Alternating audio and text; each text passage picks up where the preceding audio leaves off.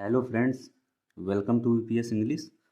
और आज के वीडियो में हम बात करेंगे फ्यूचर टेंस की। फ्यूचर टेंस का मतलब होता है फ्रेंड्स भविष्यत काल या फिर भविष्य काल। तो फ्यूचर टेंस के अंतर्गत आज हम बात करेंगे सबसे पहले टेंस की, जिसको कि हम सिंपल फ्यूचर टेंस कहते हैं या फिर फ्यूचर इंडेफिनिट टेंस कहते हैं। दोनों ही नाम इस टेंस के हैं। तो अब हम सिंपल फ्यूचर टेंस की पहचान के बारे में जानते हैं।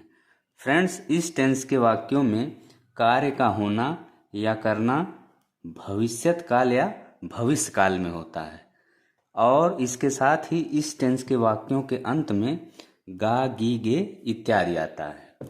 तो ये हो गई इस टेंस की पहचान।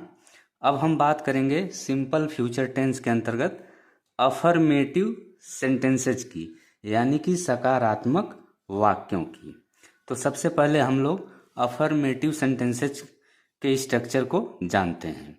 तो अफर्मेटिव सेंटेंसेज का जो स्ट्रक्चर होता है उसके अनुसार सबसे पहले सब्जेक्ट आता है, फिर सब्जेक्ट के नंबर और पर्सन के अनुसार शैल या विल में से किसी एक का प्रयोग होता है।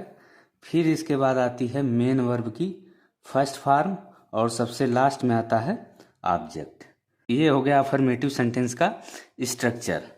अब हम अफर्मेटिव सेंटेंस को बनाने के रूल के बारे में जानते हैं। तो जो अफर्मेटिव सेंटेंस का रूल है उसके अनुसार आई एवं वी के साथ शैल का प्रयोग होगा, जबकि अन्य सब्जेक्ट के साथ विल लगाकर हम मेन वर्ब की फर्स्ट फॉर्म लगाते हैं। तो ये हो गया इसका रूल। तो अगर सब्जेक्ट के रूप में आई या वी में से कोई एक आए तो हम आई या फिर वी, तो हम आई या फिर वी के तुरंत बाद शैल लगाएंगे, फिर लगाएंगे मेन वर्ब की फर्स्ट फॉर्म। इसके अलावा अन्य सब्जेक्ट जैसे ही, सी, दे या कोई नाम हो, या फिर द बॉयज, द गर्ल्स इत्यादि हो, तो इन सभी के साथ क्या लगेगा? विल लगेगा। यानी इन सभी सब्जेक्ट के साथ क्या लगेगा? विल लगेगा, और इसके बाद लगेगी मेन वर्ब की फर्स्ट फॉर्म। तो ये हो गया अफर्मेटिव सेंटेंस को बनाने का रूल।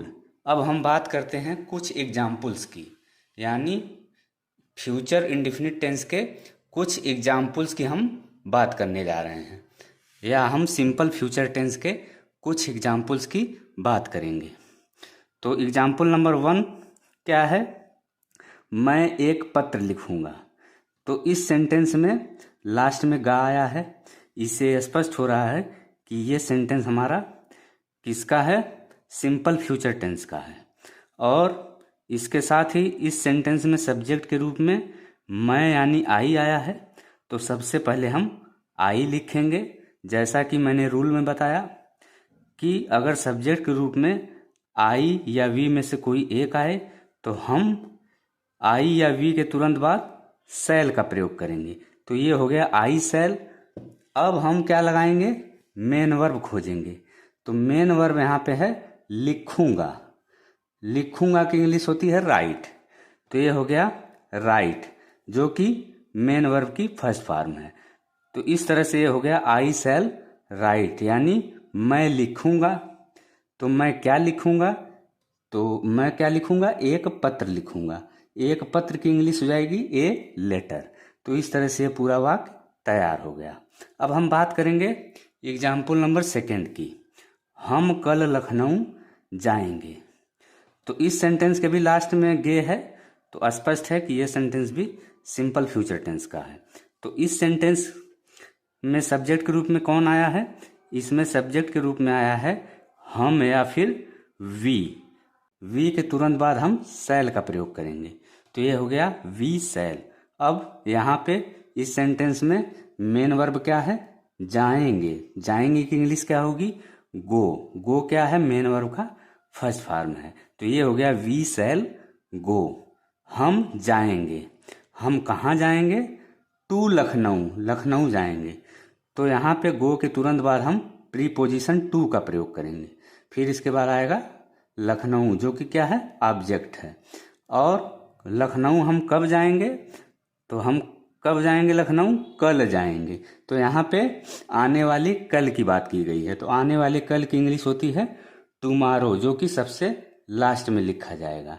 तो सेंटेंस में जब भी आने वाले कल की का जिक्र हो, यानी टुमारो का जिक्र हो, तो ये स्पष्ट हो जाता है कि ये सेंटेंस हमारा फ्यूचर टेंस में है।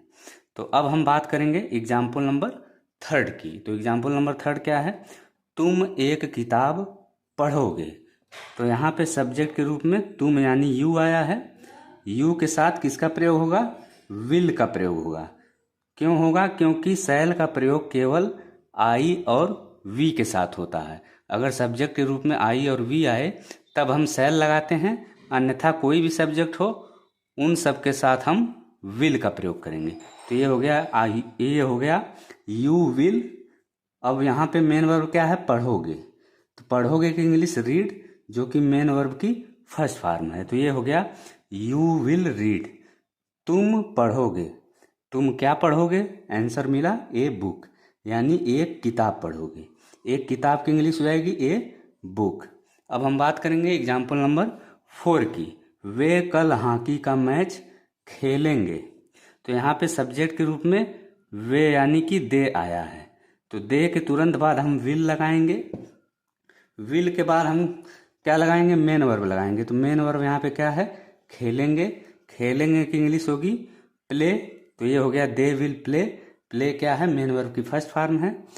तो वे खेलेंगे। क्या खेलेंगे? ए हॉकी मैच, यानी हॉकी का मैच कब खेलेंगे?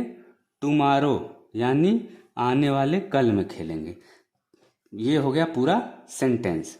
अब हम बात करेंगे एग्जाम्पल नंबर 5 की। एग्जाम्पल नंबर 5 क्या है?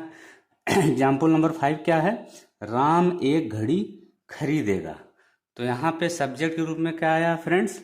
राम आया है। राम क्या है? प्रॉपर नाउन है। राम कैसा सब्जेक्ट है? सिंगुलर नंबर सब्जेक्ट है। तो राम के साथ भी विल का प्रयोग होगा। फिर हम मेन वर्ब खोजेंगे। तो मेन वर्ब यहाँ पे है खरीदेगा। तो खरीदेगा की इंग्लिश बाई, और बाई क्या है? मेन वर्ब की फर्स्ट फॉर्म है। तो ये हो गया राम विल बाई। राम खरीदेगा। राम क्या खरीदेगा? ए वॉच, यानी कि एक घड़ी खरीदेगा। तो ए वॉच सबसे लास्ट में आया। तो ये हो गया एग्जाम्पल नंबर 5। अब हम बात करेंगे नेक्स्ट एग्जाम्पल की। छठा एग्जाम्पल क्या है? वह हवाई जहाज से लंदन जाएगी। यानी यहाँ पे सब्जेक्ट के रूप में सी है। कैसे पता चला? क्योंकि लास्ट में जाएगी आया है। तो यहाँ पे सब्जेक्ट के रूप में वह है, यानी सी है। सी के तुरंत बाद हम क्या लगाएंगे? विल लगाएंगे। फिर मेन वर्ब लगाएंगे। मेन वर्ब यहाँ पे जाएगी। जाएगी की इंग्लिश होगी गो, जो कि मेन वर्ब की फर्स्ट फॉर्म है। तो ये हो गया सी विल गो। वह जाएगी। कहाँ जाएगी? टू लंदन, यानी लंदन जाएगी। तो यहाँ पे हम गो के बाद तुरंत प्रीपोजिशन टू का प्रयोग करेंगे। तो ये हो गया सी विल गो टू लंदन। किससे जाएगी? तो आंसर मिला हवाई जहाज से। तो ये हो गया बाई एरोप्लेन। फ्रेंड्स, जब भी हम कहीं किसी भी चीज़ से जाते हैं, जैसे हम किसी भी ट्रांसपोर्ट से जाते हैं, चाहे वो बस हो गई या ट्रेन हो गया या फिर एरोप्लेन हो गया या फिर कार हो गया, तो वहाँ पे हम क्या लगाते हैं? By car, by bus, by train, by aeroplane इत्यादि। तो ये हो गया एग्जाम्पल नंबर 6। अब हम बात करेंगे एग्जाम्पल नंबर 7 की। लड़के मैदान में हॉकी खेलेंगे। तो यहाँ पे सब्जेक्ट के रूप में क्या आया है? द बॉयज आया है, जो कि कैसा सब्जेक्ट है? प्लूरल नंबर सब्जेक्ट है। तो इसके साथ भी विल का प्रयोग होगा। फिर मेन वर्ब लगाएंगे। मेन वर्ब यहाँ पे है खेलेंगे। तो खेलेंगे की इंग्लिश प्ले होती है। तो ये हो गया द बॉयज विल प्ले। लड़के खेलेंगे। कहाँ खेलें? लड़के खेलेंगे। क्या खेलेंगे? हॉकी खेलेंगे। कहाँ खेलेंगे? मैदान में खेलेंगे, यानी इन द फील्ड। तो यहाँ पे हॉकी क्या हो गया? ऑब्जेक्ट हो गया। तो फ्रेंड्स, ये था आज का वीडियो। अगर वीडियो आपको अच्छा लगे तो वीडियो को लाइक करें, शेयर करें, साथ ही चैनल सब्सक्राइब करना न भूलें।